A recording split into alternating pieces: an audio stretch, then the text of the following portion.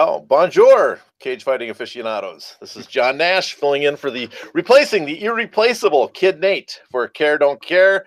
I'm joined by the rock of the show, Eugene Robinson. Yeah. He's that holds it all together. And I'll let you do your intro before we forget, because I've stepped on that intro a lot. So let's get that out of the way. Hey man, an ex of mine had something to say about me. She goes, you know, my relationship with you has been the most stable thing in my entire life. And that's hard to believe. I don't believe that. Yeah. I mean, if I'm the most stable person, you know, you've been living a roller coaster of a life. All right, crybabies, bedwetters, greedy bread gobblers, work shy individuals, malingerers. This has less to do with your skills and talents as a fighter. This show specifically, less to do with your skills and talents as a fighter, and much more to do with the marketing heft and weight that the WME, William Morris, Endeavor, Agency, UFC puts behind you. So if you're on the don't care list, don't come crying to us. Fight an exciting fight. You'll move from the don't care list to the care list. Until then, don't come crying to us, bedwetters, greedy bread gobblers, work shy individuals, and malingerers. It's not our fault. Unless of course you could make some claim that you were repped by the Michelle Williams agent. And WME, man, they are in shit deep. Everybody's not the smoke and the flame. They're not looking at who caused the fire. At this point now, you got two agents, one who got their client $1,000, one who got their client 1.5 mil. If you don't know what I'm talking about, come back on Tuesday to if I did it or if the shoes fit, and you'll hear about it. But that's some ridiculous Marky Mark shit right there. Yeah. If the shoes fits, isn't it plural? Fits. What did I say? If the shoe fits. No, I said if the shoes fit. Oh well, I wasn't really paying attention, so I'm going to speak that up. So. But you're right, it's great news. William Morris, perfect timing to get nailed on the Jesus, not me type gender equality. Though I would accept $1,000, I would have been happy of taking that $1,000. Yeah. It's like, you know, they did this test with monkeys, right? And they gave one monkey 2 peanuts. And a monkey gives 2 peanuts, and they give the other monkey 10 peanuts. And both monkeys were fucking just as happy. It's not like the monkey that had 2 peanuts ate the 2 peanuts and looks over at the other pile and goes, what the fuck? They were happy. Humans are not that way. You know what? That's a good story, but you screwed it up because they weren't happy. The experiment was they gave a monkey a cucumber, 2 monkeys, and then they started giving one of the monkeys a grape, a tasty grape. And the monkey that got the cucumber got so upset he threw the cucumber back at the people feeding him.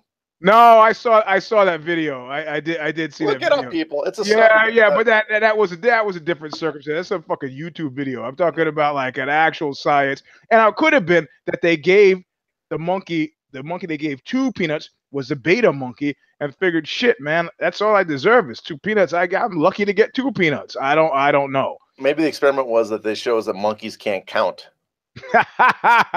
As long as or let's talk about the dog they shot in the chimp they shot in outer space.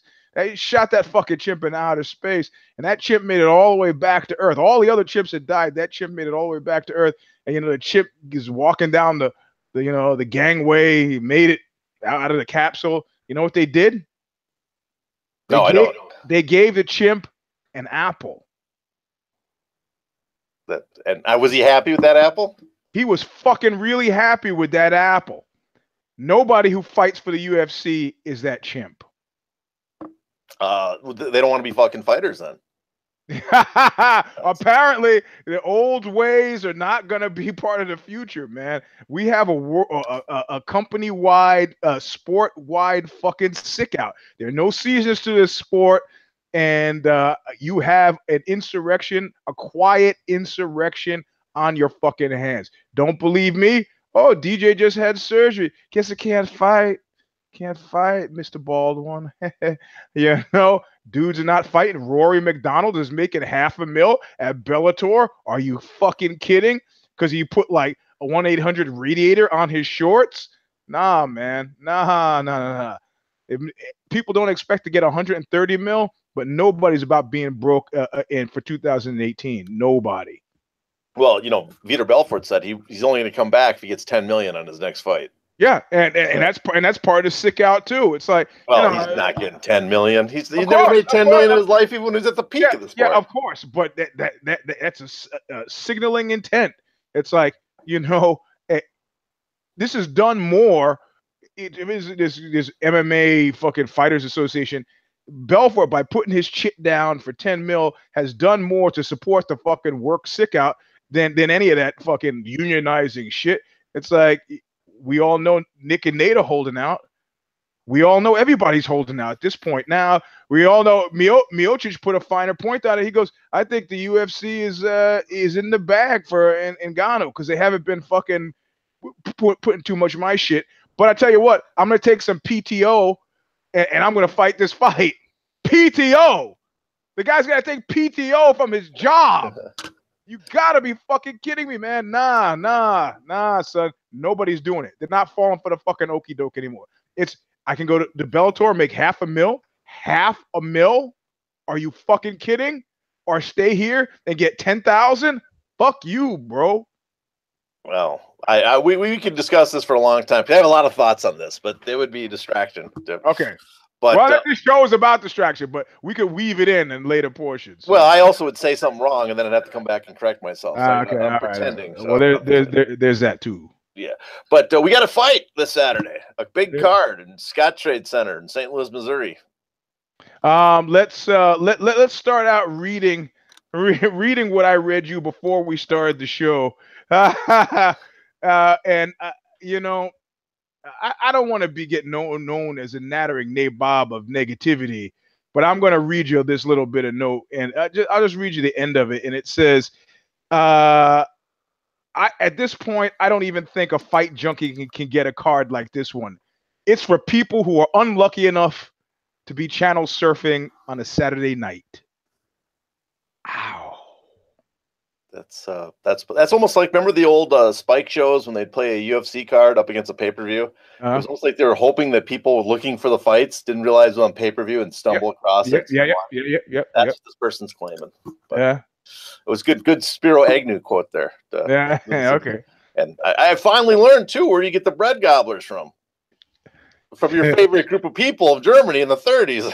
How did you figure this out?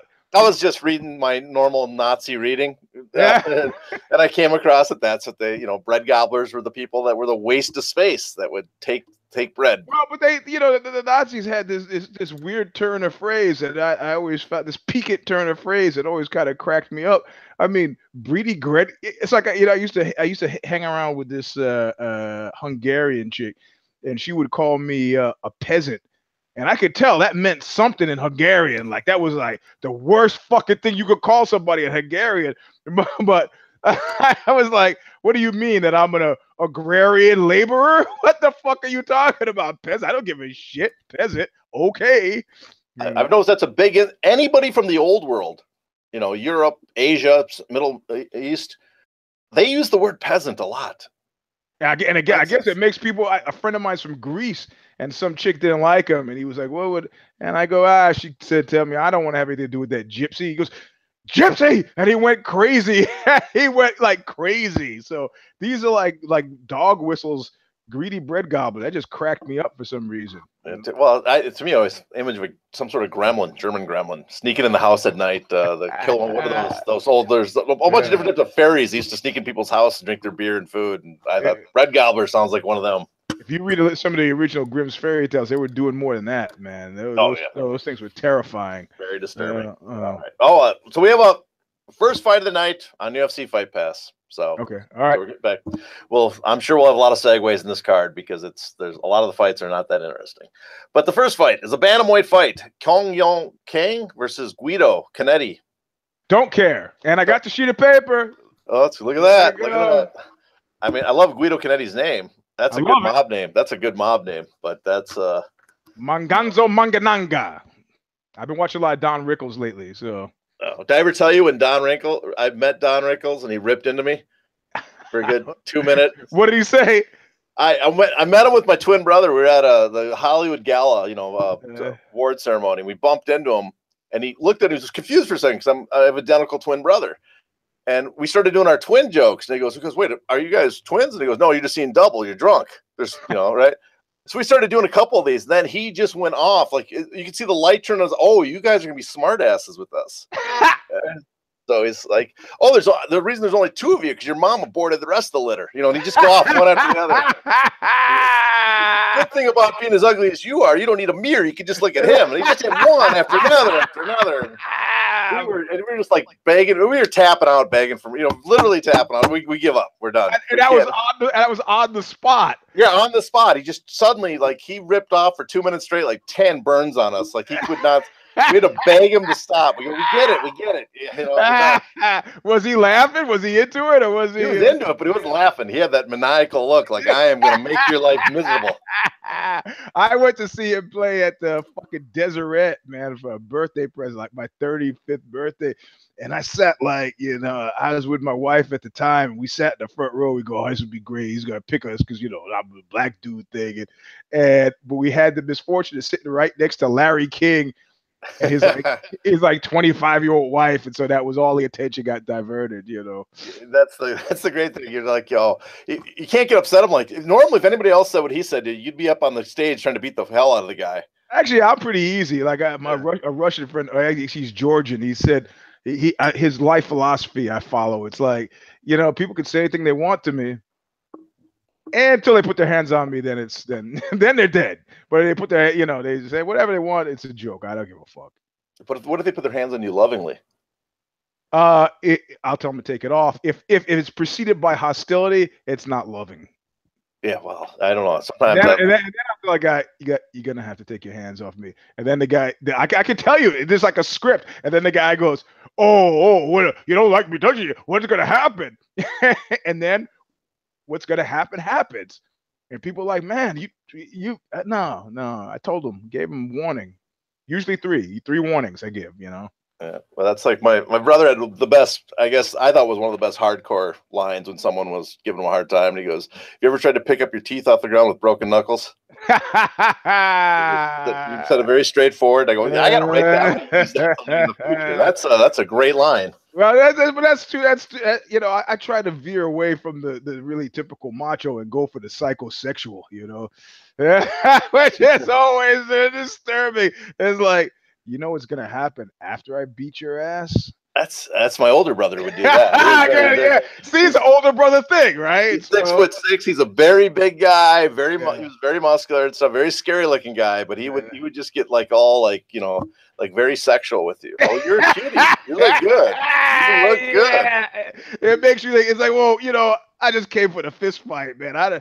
All this butt loving stuff. I'm not into that, I think what it is it started suggesting, has this guy been in prison? Is this what he's trying to suggest to me, that he's a prison bitch and now I don't know what to do? Now I'm really scared. No, guys who have been in prison, man, you're fucking bleeding out. And then you realize, oh shit, that guy's been in prison. So, they're also not looking at you straight. They're looking at you sideways. They're prepared to come around the corner. All right. So we don't care about that fight. The next fight, featherweight fight, Mike Santiago versus Mads Bernal. Don't care. Either do I. Don't care. Women's strawweight fight. Daniela Taylor versus JJ Aldrich. JJ Thad, supersonic. Sorry, I had to go back to 80s rap. Nah, I don't care. Yeah, I don't either. It's not quite that level I need. Okay, next one. Women's bantamweight. Talita Bernardo versus Irene Aldana. Good night, Irene. Do not care. Yeah, I don't care either. Women's flyweight, Kalindra Faria versus Jessica I. You know what? Jessica, I don't care. Jessica, I don't care. I mean, it's almost enough because Jessica, but that's not. The thing is, right now, the people who are fighting are the people. It's like musical, weird musical chairs thing. Ding, ding, ding, ding, and the red panty night music stop, and everybody without a chair. It's like, God, I gotta fight. Don't I have a surgery coming up? No. Well, don't I have a no? In fact, you're enough on the fucking cusp. You're in the phantom fucking toll booth. You don't fight. You don't eat. Oh, God, how did I get? and they get out there and they fight. And that's the kind of fight this is. I don't care. Yeah, it's a lot. I've noticed a lot of roster stuff now. It's a lot of people that have several losses and they're just happy to be fighting. Like, oh, they haven't cut me yet. I'll take this fight. Yep. So I get another paycheck because no other promotion's going to give me 15, 20 grand to show up. Woo! 50, 20 grand after taxes. What do you take at home on that? Well, I guess that, you also got trainer and all that stuff. That's the gross, not the net. So you're talking probably what, 10? Yep. Net. They're taking home. Yeah, it's okay. 15. Let's say $15,000. Well, it depends on what their tax rate. Even if it's the lowest tax rate, they're fucking. Let's just say 3,000, 4,000 that's walking out the door for taxes, right? Yep. So we got 11,000, and then you got to pay. Well, you got to deduct the expenses first before you do the taxes. Yeah, right. That's right. So Yeah, you make 15, so you're a third for your manager, training, all that stuff. So well, actually, I guess UFC. It depends how much you want to win. The more you want to win, the more you're willing to spend. But if you know you're on your way out, you might cut corners and only spend 5,000. You're trying to stick around, you're probably spending 8. And the reality of it is, man, if you have a fight tomorrow, Saturday, your rent was due a couple of weeks ago, right? No joke, Jack. And another rent will be due a couple of weeks from now. So it's got to be enough. It's like the problem when you're poor. When I don't have money, when I didn't have a lot of money, is you spend like, oh, I should buy the whole super pack of toilet paper. I'll save a lot of money. I got 30 cents in my pocket. I'm getting I got $3.30. I'm getting the 1 pack roll. That's it. I'm going home. Man, I got some memory of getting 56 cents worth of gas, so I didn't have to walk along the fucking freeway. And the guy in the gas station was laughing and laughing. I just kind of said, yeah, I wish I found it funny too. And got my 56 cents worth of gas in my fucking gallon jug that used to have water in it and walked to the car and poured it in, I've been there. Yeah, that's the worst. Sucks, man. It sucks. That's you'll never hear me making fun of poor people because because people have to live it for long periods of time. I'm like, I can't imagine the few years I was poor. I can't imagine having a lifetime of that. That's well, the best thing about having been that poor is that it doesn't frighten you. It's like having been in jail. Like I was in jail once for like 7 hours. And it demystified the jail experience enough so that like I know now, one, I don't want to go back. So that's important. But then 2, if I have to go back, I'm not so afraid of going back, You should spend a couple days in LA County. That'll make sure you never want to go back. No, I was okay with 7 hours. That was good. Okay. I'm just saying, if you ever want to come down to LA, me and you can, we'll set it up that we can spend a weekend in LA County. We can dial it up. Yeah. And nothing to tell you, jail too, the weirdest thing, especially man, you think you think racism's on its way out until you go to jail. Yeah. Actually, when I was in jail for the 7 hard hours, it was pretty convivial, man. But everybody thought I was nuts because they took my clothes away. So all they knew was I was a muscular black guy with a fucking mohawk, and this is in 1981. So this shit was like, nah, man, dude's crazy. So they left me alone. But the happiest guy in there was a forger. If I could have one moment of joy like that, like it seemed like that. Joy was that guy's entire life. He was just ebullient. That's the word, ebullient. Happy, busted and happy. I mean, your forger, that's actual professional. That's professional criminal. That's right. That's a step above. What's that guy done over there? And he go, oh, he's the forger. And he's like, hey, pie. He's got pride in his work. Like, exactly. There's a hierarchy. He's a step above the lowlifes that are in there for, urinating behind a building or something. No, I was in there with like attempted murder or something. No, that's the last people you want to stay with. They separate those in LA. That's the. Oh man, this guy was on his way to fucking work and got into a road rage thing and jumps out of his car with a fucking hunting knife and it's like, rip, attempted murder. God damn it, bro. It's just work, But, yeah, I mean, I hate work too, but not that much. I wouldn't get that big. Okay, we're on to the preliminary card. Now we get Fox Sports 1. So if you have Fox Sports 1, you can watch it. Got my tote sheet. And we might start getting the fights we care about. Welterweight fight, Thiago Alves versus Zach Cummings. I remember him from Strikeforce. Oh, man. Do you know care? what? You know what? No. I'm a Thiago Alves fan, but honest to God, what you're saying is, Eugene, You know, you're in the kitchen pouring some wine to get the drink, or get yourself a rusty nail or something. And you're gonna hustle back when you say, "Oh shit, the Alves Cummings fight is on." I'm sorry, man. I'm sorry. Just because I know these guys doesn't mean I give a fuck. I just had to sit through how many fights I didn't give a fuck about to get here, or maybe I just ignore those other fights and turn it on now. For what end? What are these guys fighting for? What's their ranking? Where are they going? Why am I here? There are a lot of questions, man. This is negligent fucking product. This is like going to a restaurant and find a mold in your food. These guys are capable and exciting fighters, but are you kidding me?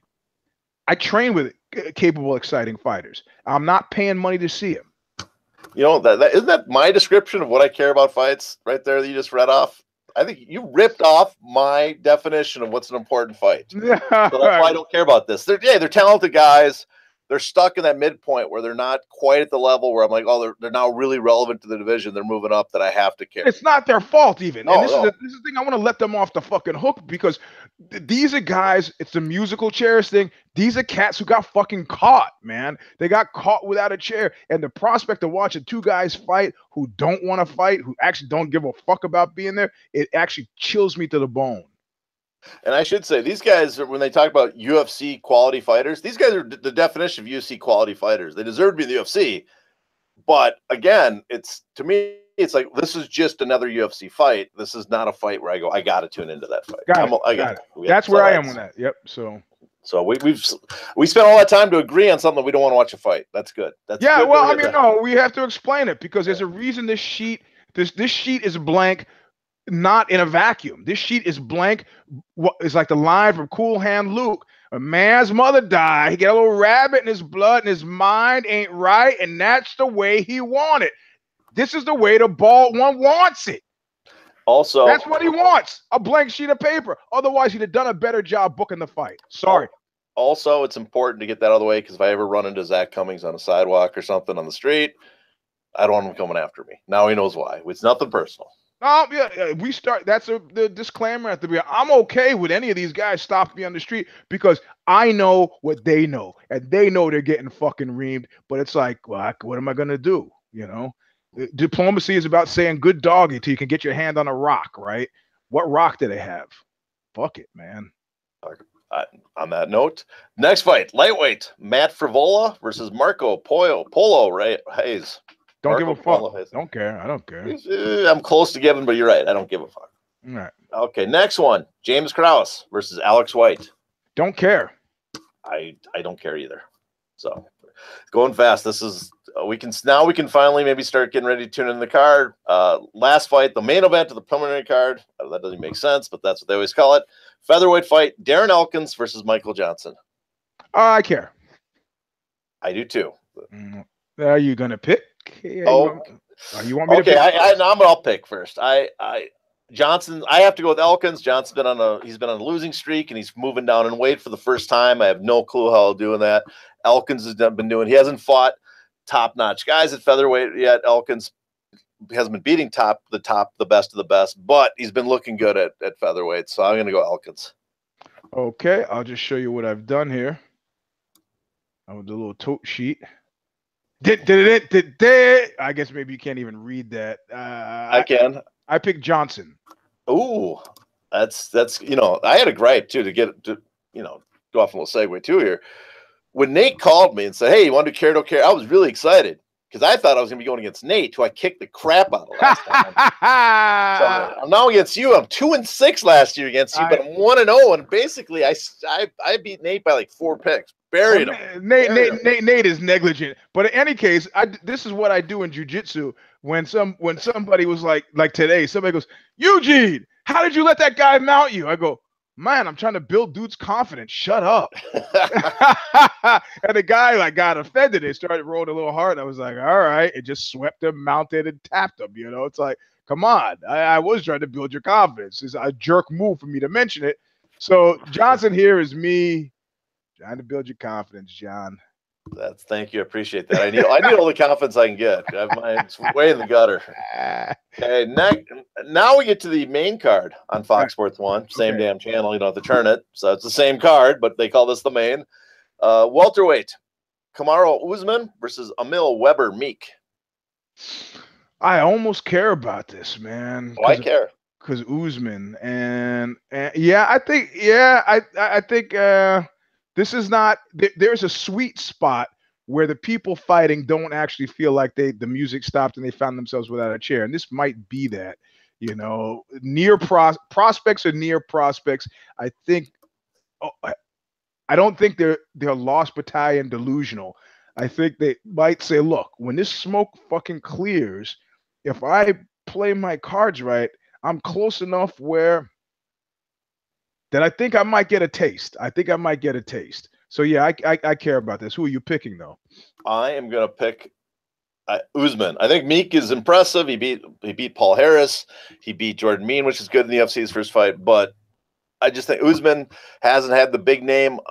He hasn't collected a big name scalp yet, but he looks really damn good. I think potential. I'm picking Usman. So you couldn't see it. I'd written it down before I picked Usman. Oh, you liar! I'm telling you, it had. Yeah. I know I had. Okay, so now that's gonna be a push. No, we'll both be wrong because if we choose the same one, we're wrong. Right. That's typically what's happened, though. Yeah, you're right. So yeah, so that's you people out there. That's the other thing. You don't want us picking you, so you can't get upset at us for choosing you because it's the last thing you want. Well, I'm the one who said that the Beastie Boys would never make it and that the internet was a fad. So yeah, you probably don't want me picking anything other than fights. I do okay with the fights, you know. Have you heard of this internet thing? Just a fad.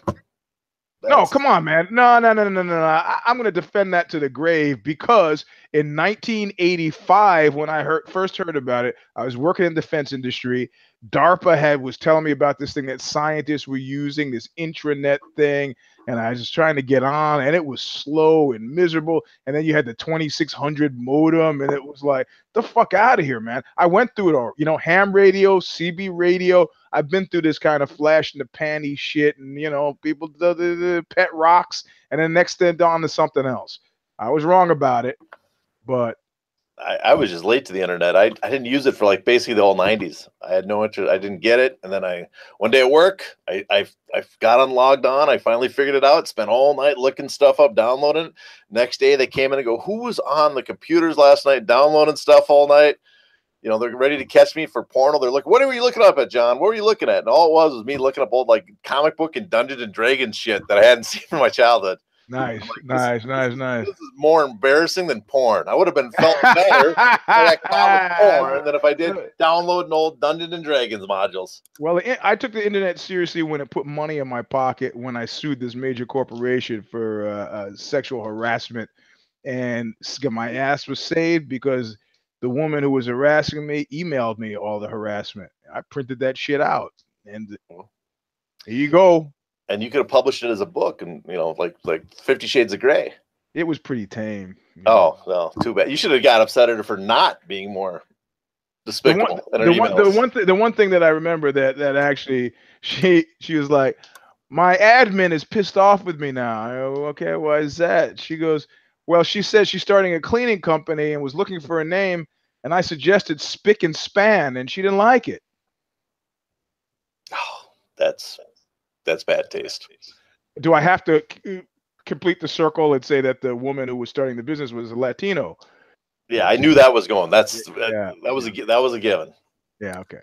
So we got that, but still bad taste. I remember working in when I first got to LA, I was working in the TNA flicks, and sexual harassment was outrageous there. Except a lot of it was actually the women because you know that was what they did. They would just you know, so you were safe that way. But anyways, that no one cares about my TNA days. I do. You do, but no one else. And if they do, they don't. They're perverts, and you know. Well, you can't see how many people are watching. So I mean, you can, but I can't. So as far as I'm concerned, I'm just talking to you. Well, it's. I can't see that 6 people are paying attention to what we're doing now. They're saying how many people are? We have 47 viewers. Oh, 46. Oh. That guy was like, "Fuck you." He showed up just long enough to give the thumbs down, and I'm out. That's they're like, Jesus, I don't know how this show stays on the air. I got to tell you that. Next fight, we got a women's flyweight fight. Paige Vanzant versus Jessica Rose Clark. Yeah, I care. Oh, you do. I don't care. Really? Yeah, I just don't. No. You're making a mistake here because this is Paige Vanzant. They had wanted to do yeah, I don't know. They had wanted to Well, they it's a had little put push. they had made her like Sage Northbutt. What Northbutt? What Northbutt? Sage Northbutt. She was like their distaff Sage Northbutt, and but she's a real fighter. Not that's not Northbutt's not, but she's a real and what happens to real fighters? She lost a bit, but I still think that she wasn't there to make a jump to do an entourage. She wasn't there to do movies with Steven Soderbergh. She wasn't there. I think she wants to be a fighter. All that extra shit in the commercials, that's fine. In other words, I think she's educable, and I think she'll be in a position where she wants to prove that she deserves to be there, and this might actually be a good fight, and that's what I'm basing on, a good fight. So, well, you've convinced me because you're right. I'm actually being a little harsh on her because I do think she's a good fighter. I just think that they're obviously pushing her, giving her the big push left and right, always because they see the potential in her. It puts me off a little bit. I'm much more of a meritocratic kind of guy, but. Well, I'll tell you, I had a teacher in high school named Mr. Crappenzano, and I had a trig test, and the test was at the end, and I said, my friend Kenny, I go, what's the answer to number 7? I don't have it. He just gave me the answer, and I wrote it down. So I get the test back, and I go, Crappenzano, you only gave me 84 in this test. You took 10 points off for this thing. And he goes, well, tell you what, Playboy, which is what he used to call me. You come up to the board right now and you show me how you got this answer. I said, I didn't have time. I didn't have time to do it. He goes, you show me how you got this answer and I'll give you the 10 points, giving you get 94. I was like, all right. And I went to the board, stood up there with the chalk. Answer. Why? Because as soon as the test was over, went to lunch, asked my friend Kenny Uriah, show me how to do that because I was excited. This is Paige Vanzant, right? What happened my last fight? You're not just out to make commercials. Let me talk to my agent. Let me carry a torch in the Olympics. Let me do that kind of media shit. Nah, I'll be training because I like to train. See ya. That shows she's a real fighter. I agree. But who are you picking? Paige. Yeah, I pick it. I mean, my thinking is based only on that someone made this fight with the idea that she's going to win.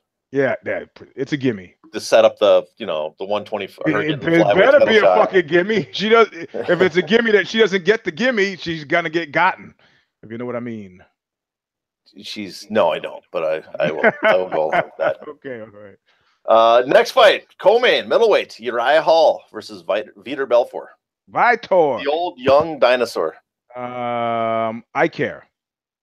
Yeah, I shouldn't care. I shouldn't care. I almost don't care because this is like, only in MMA do we get these fights, these guys that are obviously on their way out and people care so much about it. In boxing, no one's going around, Victor Ortiz, can't wait to see him fight next week, or Margarito. Those guys they write them off as soon as they start seeing them in their downward spiral. Yeah, but the reality of it is, it's how you go out. Vitor's last fight wasn't depressing enough to make me feel bad about watching this one. And the thing about Vitor is what makes me interested in watching it is because there's always potential he'll violently decapitate Hall during a fight, even without the easy PRT. That's not gonna happen. I'm picking Vitor. I'm picking Belfort. Oh, nice action. Okay, because I'm picking the other cat. Oh. And then I'm picking Belfort also test positive a week later. Last fight. Yeah, I'm picking Uriah Hall. So I wonder if he tested positive.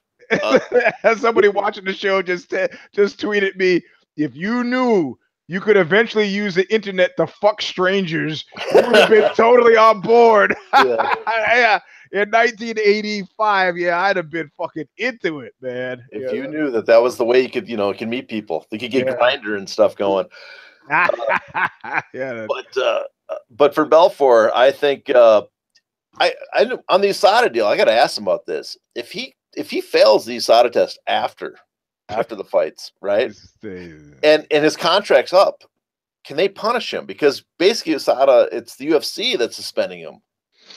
Yeah, they can. What are they gonna do? The commissions have no punishment at that point. They're too relatively toothless. What are they gonna fine So him? I'm just saying. I think Belfort's going to be looking good coming into this fight. He's going to be ripped. I see. I wasn't getting. Oh, we're going down the JFK conspiracy land. I like that. Conspiracy. This is.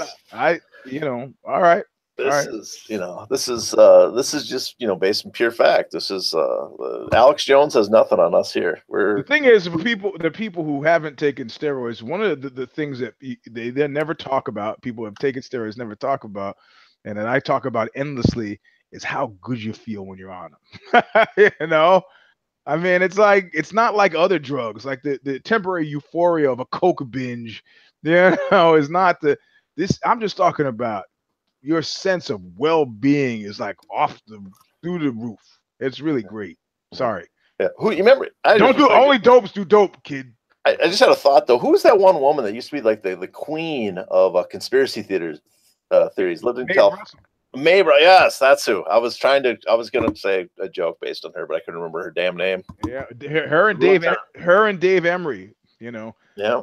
So that's when you don't have it like you, when you're not up on all the references. Yeah, that's the place to go. My fallback serial killers, but that kills the show. I can't. That's so.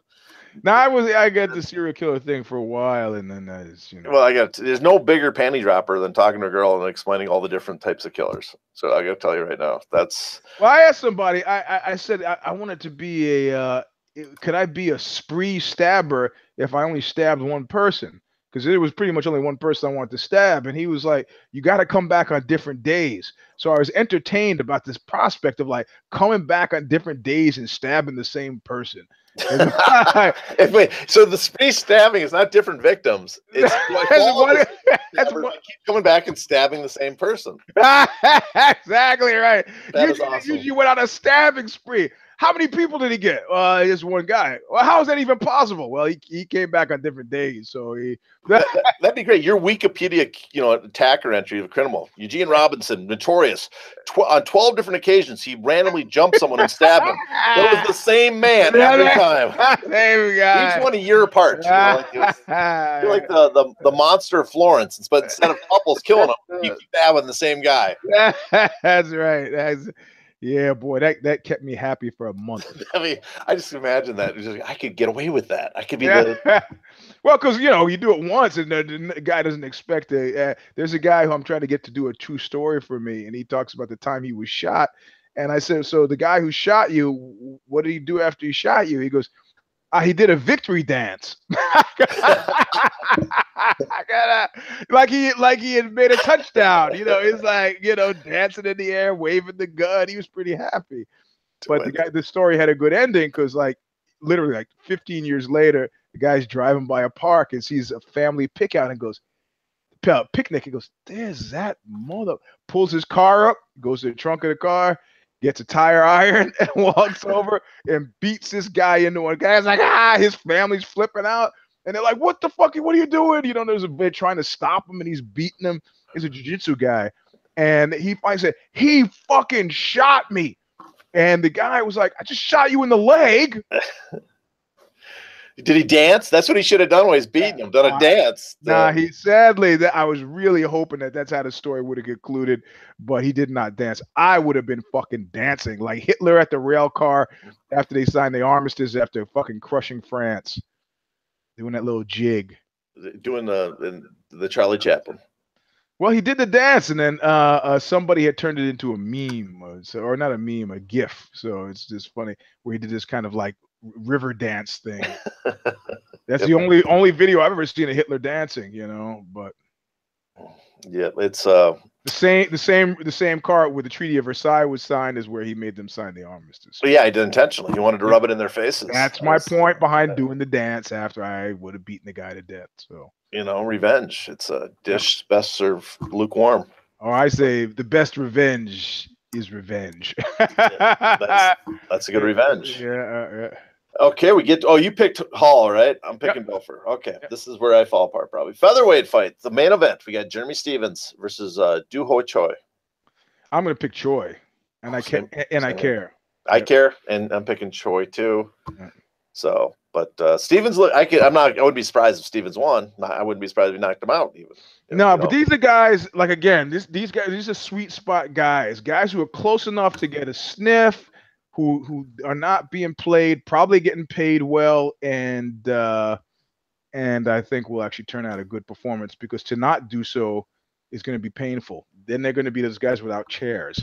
And Choi is Korean, but he's not stupid. So look, whatever, man. I need to get paid, but.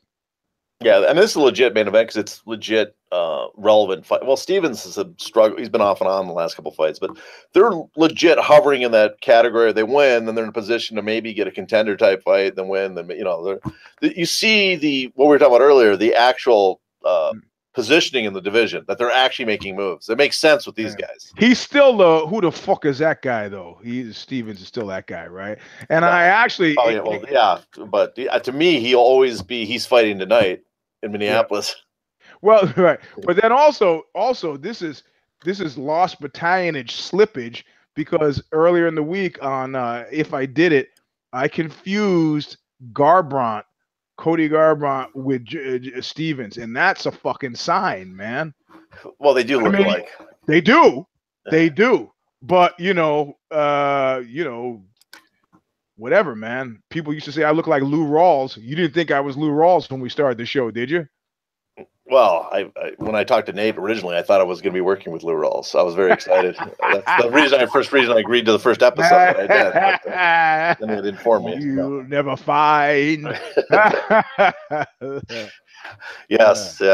So let's see if I can start the. Actually, that's not bad. That's not a bad night. We got 5. Look at that, man. We got 5. That's not bad. Consider how weak the undercard. I mean, UFC undercards on these nights are pretty weak to begin with now. And the reality of it is, now everybody's comparing this shit to boxing. The reality of it is, if you were watching a boxing card and you get 5 fights out of it, that's a fucking amazing night. So I'm okay with this. That's a stacked main card for a lot of boxing. On a Showtime card, you get, this would be a good show to check out. Showtime, HBO. Yeah. But it's let's see. The New Year started. I have you can't yawn. Now I'm gonna yawn. Nah, I see. The thing is, they don't know I yawn because you were talking. So you just outed me. Yeah, but I can see you, and now I saw you yawning, and now I'm going to yawn. I got 5 hours of sleep last night. Bro. I got no sleep last night. None. Oh, really? Why? What happened? Well, it's not for a cool reason. It's not like I was up all night, doing lines off strippers or anything like that. Nothing like that. And I'm being serious. It wasn't for that. It was because I couldn't goddamn sleep. That's it. When was the last cup of coffee you had? Just now. I had some. You have a fucking coffee at 8 o'clock and you can't sleep. Come on, I was so fucking tired. I was ready to nap. Well, you're not gonna sleep again tonight. Well, I'll drink a couple bottles of wine. I'll be fine. A friend of mine was a plumber. He's like, man, I got a tough job. I got to take all this crystal meth to get through my day. I go, how do you sleep at night? He goes, well, that's what the heroin is for. So he was a good plumber. He was on the job, From people that do cocaine, from what I heard, but the danger of cocaine is not the cocaine per se. It's the amount of alcohol you imbue in bed with the cocaine, because the cocaine keeps you from getting drunk and passing out. You spend 24 hours straight getting up, just killing yourself, and then the next week you can't recover. That's what I heard. So. Hey, I'm going to talk about this more on the Show Stomper on Sunday. That's the new Knuckle Up is a Show Stomper, but there's a guy who was a fan, a long time listener of Knuckle Up, and he called me. He was like, man, I could tell you're part of the tribe. And dude was gonna hook me up with some Vicodin because he's heard me complaining, and he was like, I call you on Monday, Eugene, and Monday rolls. I don't hear from dude, and he wrote a story for me too about his crazy, life of steroids and coke and then this and then that, and finally I was like, fuck, dude, I can't wait to hear from the guy. I just run his piece anyway. I run his piece, and one of the readers, because with true story, everybody thinks they're fucking made up. So the woman Googles the cat who wrote it and discovered that he's fucking dead, man. He's fucking dead, like dead. I have no idea how he died. He's got a brother and he's got a jiu-jitsu school. I'm trying to figure out how he died, but I talked about it in brief on Knuckle Up, but now that I got the Show Stomper, I want to go into it a little bit. So I'll do it on Sunday. That's always sad. It's always sad to find out someone you knew was dead and you never even knew that they died. Well, you know, Buddy wrote a story for me called "I Had Sex with a Dead Girl," and of course, it goes a completely different way than you think it is. But I hope so. I yeah, hope it goes a completely different way. But I remember thinking at the time, man, that's kind of a funny story because nobody I had ever had sex with had ever died. Well, of course, you know, now I'm 55, fucking 5 years old. A few people I've had sex with are fucking dead. It's kind of creepy, man. It's very creepy. Yeah, it's a very creepy thing.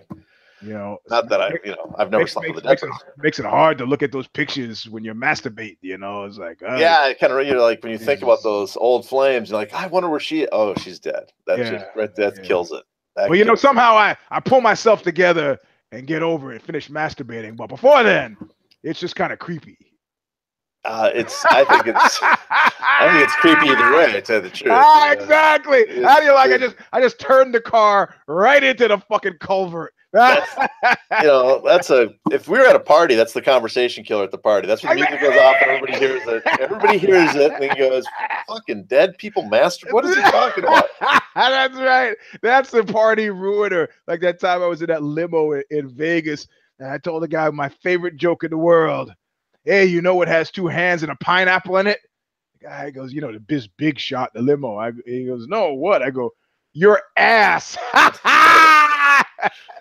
Fucking out of the limo, out of the night, out of the Bellagio, disinvited from everything, but it was totally fucking worth it. Because that joke is not supposed to be funny. But you missed out because where did that limo go afterwards? He took a whole bunch of women up to his hotel room, and I don't know what happened. You did him a favor then for giving him a chance to kick you out. He got a bunch of women alone. If you were there, he never would have had that opportunity. And then I slept on the floor of the airport like a worm because I had no hotel room. Nothing worse than sleeping on the hotel. I mean, nothing worse than sleeping at the airport. Or the worst is the bus. Have you ever slept at the bus station? That's the worst, people. Man. Sleeping at the bus station. That's pretty bad. If you're sleeping at the bus station, you're living at the bus station. Well, at least if you're sleeping at the airport, there's a suspicion you're going somewhere. You know, well, it depends if you're, commuting. The sad part, if you're still sleeping at the bus station, it means you're probably commuting it with the bus.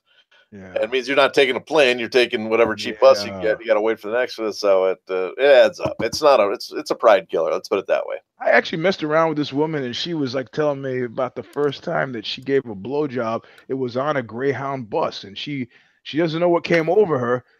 She just like looked, and she looked at this guy who was next to her. He goes, "Hey, you mind terribly if I suck your dick?" And the guy was like, This is a 70s porn. This didn't happen. No. She watched the 70s porn, stole the story. Nah.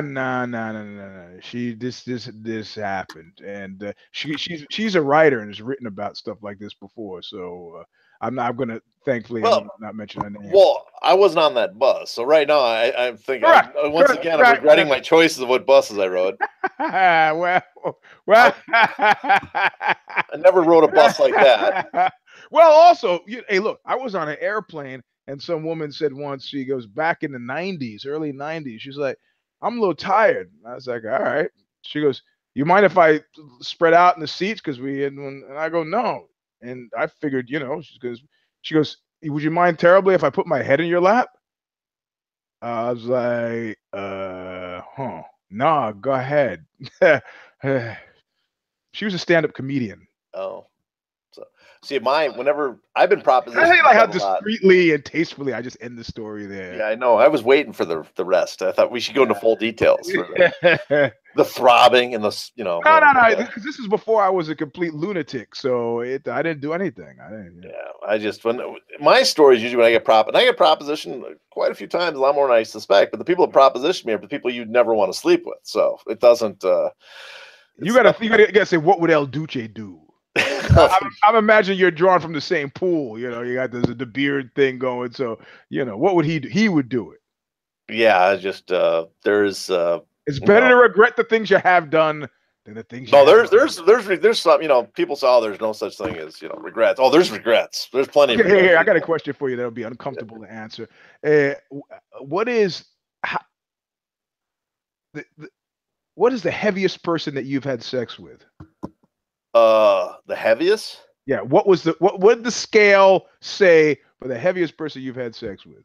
Oh, let me see. Well, if they're missing limbs, do you have to count that? No, I'm just kidding. No, I'm just saying, when they step on the scale, what is I that don't know. scale say? You know what? I'm trying to. I would guess the heaviest. First of all, is my mom's watching. I'm still a virgin, so she's not watching. But I would say the heaviest. God, no one as heavy as me, but I'm taking a guess 180, 170. Oh, But they're short, so they're really butterballish. Yes, butterball is even a cute word. That's a. But you're like, I'm an amateur. This is amateur hours. Eugene's gonna one up me. Like his is what's 300. 300. Sweet Jesus, man. Yeah, and at the time I was thinking, thank God I'm strong, because if she has a heart attack, I could actually bench press her off of me, like, and then roll to the side and get top and get out, So 300. I mean, nothing against the woman, but I mean, what made you decide to have sex? Her last name. I'm not going to go down the vet, but it always amused me that her last name was a foodstuff.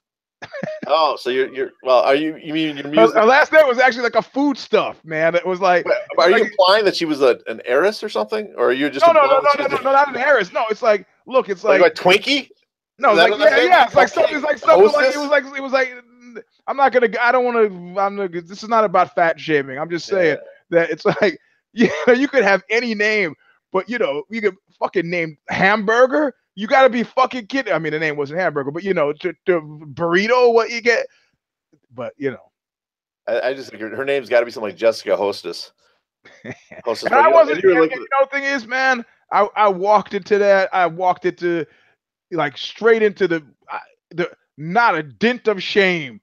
We were walking across the lobby of some hotel room, and she reached out for my hand, and I was like, "That's fine," and grabbed her hand and went up there, and that's you own it. Own it. Yeah, I wasn't someplace I didn't want to be. I wasn't drunk and I wasn't high. I used to, when I lived in Culver City, there was a club. They used to have they called it Chubby Night, I think, or something like that. They had like a cute derogatory name, but they were for guys that really liked overweight women. Yep. And the thing is, I don't make that claim. My wife now is 120 pounds, but the issue for me was at this point, like, why not? But I went through one of those why not phases. Somebody came up. I know what it was. I had this philosophical thing where I said, I will not make any decisions. This is like 1980. 85 or 86. I'm not going to make any decisions. And so, in other words, I'm going to sit in my fucking place and just do what I want to do in a very general way.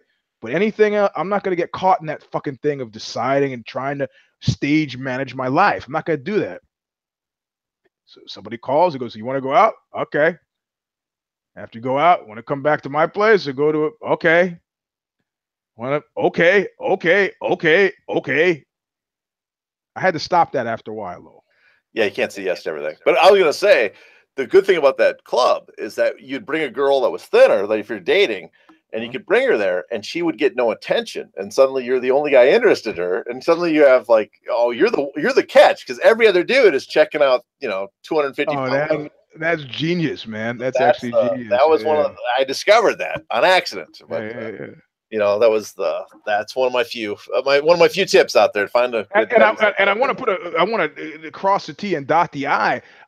This is not any version of fat shaming. I'm going to make bold claims that the sex was great. I had a great time. That's good. I shouldn't have said anything about it. I have a few friends out here that are overweight people, and they're. I don't even say she was overweight. That's the weight she was. Fuck it. I don't know. She was perfect weight. Exactly. I don't know what her natural weight was. Actually, I think there is. I know a few people that are probably heavy, but they look great because they're their anatomy fits that weight. They everything else, it's proportional. It makes sense. I was all over it. I'm waiting for photos of that. That's I would actually. You could, that's not going to happen. I had a friend that used to do pornography out here, and they had a porn company. Yeah, friend. Well, he tried to get me into it, and I kept turning it down. I go, I ain't going to do that, and I kind of kicked myself after a while because he made a lot of money, and I did. But anyways, when he'd shoot him, only thing I wanted to do, I wanted to go and shoot. Oh, wait. This is not John, is it? What do you mean this ain't John? No, the John LaFleur. No. Okay. This is. I'm not going to say the guy's name because he's in legitimate businesses now. But I asked about, I wanted to shoot a scene of me and my brother because my brother wanted it to. We're open a door and go, oh, sorry, wrong room, and close it. And then wanted him to splice it into every porn he had. All right. Gay, the weirdest stuff, everything. So when people would call me, no, he didn't do it. He thought it'd be insulting to his customers. I thought it'd be awesome. I could get, people would call me, John, what are you doing in that porno? I walked in the wrong room, damn it. You're the one watching the damn thing. Yeah. That's funny. I like that. Well, unfortunately, porno died, so we can't do that anymore. No one cares about the industry anymore. So that's sad. Anyways, we got we've been on for a while. We should probably wrap it up. We made our picks. What do we have? So I got the show Stomper on Sunday night. It's patreon.com/thestomper. You got to get the THE in there, man. Otherwise, you're going to end up some fucked up places. Don't say you weren't warned. The Stomper. And it's on YouTube as well for those of you who are too cheap. And then somebody actually told me something about how to make it a podcast, like just audio. And I tried to had a 0.0 show last week, and I tried to iron out the kinks. Got a few of the kinks ironed out. In the first couple ones, there'll be a few more kinks, but eventually, I guess it'll be audio too. And you also got your album, Thin Black Duke, out still. Have you bought one? Yeah, I was listening to it the other day. Nice. I just wanted to go to your head, but I did. That was pretty good. That's nice. Yeah, it's a great. I listen to it a lot too, man. And I have to say, no. It's not weird because for the first time ever, this Oxbow record, because I got the crazy Aussie job, I literally flew in, did my vocals, and left, and didn't have anything else to do with it. So when I heard the record, it was like it was new to me. That's why it got good reviews. But actually, it's really good. It's a really good album. Yeah. Someone like me who has impeccable taste, because I say I have impeccable taste. Yep. It means a lot when I say this is a good album. Hey, if you know music, man, it's like usually that's been the Oxbow thing. It's like musicians are like, fuck, or guys who are into production, like this is, and the casual fans, I like that Red Hot Chili Peppers, but whatever. If you know music, if you know music, this is. And if Nate Wilcox is watching, Nate, it's spelt with one word. It's one word, Oxbow. It's not the Oxbow incident, the movie. That's just a hyphen. It's a word. Yeah. Get it right, damn it, Nate. Also, I guess check out the stream. They have a bunch of shows on the MMA Nation. And go below, give us a thumbs up, and this is how I do it. Thumbs up. That's my version of thumbs up. Yeah. Check out Connor Rubish's show, Zane Simon's show. Zane, Crazy Zane. Keep telling him his movie tastes suck. I would appreciate that if you let him know that. I got to think of something for Connor though. You know where this started? It started with Dallas. Let me tell you about that guy. Because every time Nate would say Dallas, I said, let me tell you about that guy. Nate would get so nervous. I was like, I got that. So that was like Dallas's thing, because he thought I was just gonna go say some shit that And then so with Zane, I was like, how could I? Oh yeah, I'm gonna sexualize it in a weird way. So he would say Zane, I'll go Zane, yeah. And so but then I don't have nothing for Connor, And I've been on with him before, but I'm like I'm still working on it, Connor. I'm still working on it. Yeah, we got Eddie Mercado and Zane doing their obvious sexual tension act on the 6th round. So that's the one thing I know. There's so much tension. You can cut a knife in the room. There's so much sexual tension in that show. But yeah, so just leave the damn channel on, because MMA Nation needs the revenue because of the way Google freaking refuses to monetize everything. So that's it. I guess we'll see if I can actually beat Eugene for once, and we'll find out next week. I guess Nate should be back next week for the big event, the real, because this is such a shitty card. He's obviously skipped it. So, and I'll be there Sunday. Patreon.com/Sunday. So next week, if you hate me, you like Nate, just tune in next week. He'll be back. Take care, everybody. All right.